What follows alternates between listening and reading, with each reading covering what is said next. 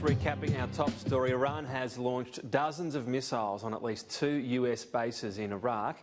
Iran's foreign minister claims its attacks were in self-defence. They came, of course, less than a week after the US assassinated prominent Iranian general Qasem Soleimani. US President Donald Trump has responded, tweeting, "All is well. Missiles launched from Iran at 2 military bases located in Iraq. Assessment of casualties and damages taking place. So far, so good. We have the most powerful and well-equipped military anywhere in the world by far." I'll be making a statement tomorrow morning.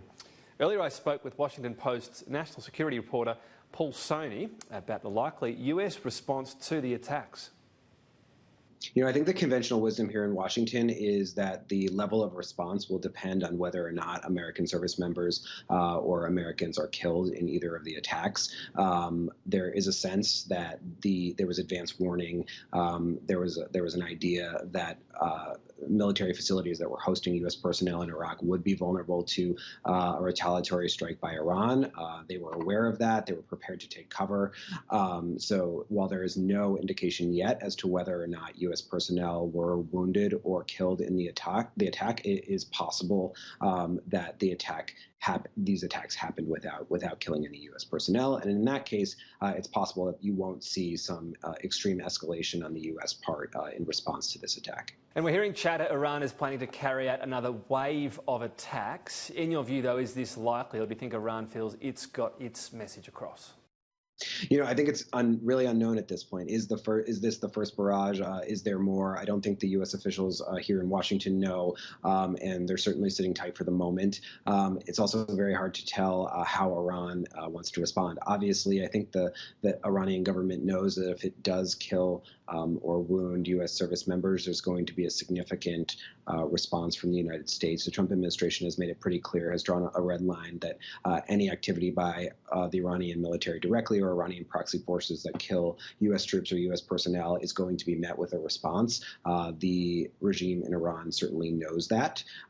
So I think that's what we're waiting to see, whether they essentially launched an attack that could be marked as a response, would be seen domestically in Iran as a response, but maybe didn't result in any U.S. service members wounded or killed, or vice versa, where they specifically launched an attack designed to kill U.S. service members. Well, given Donald Trump's recent decision, do you think he's going to order some sort of military retaliation to escalate this again?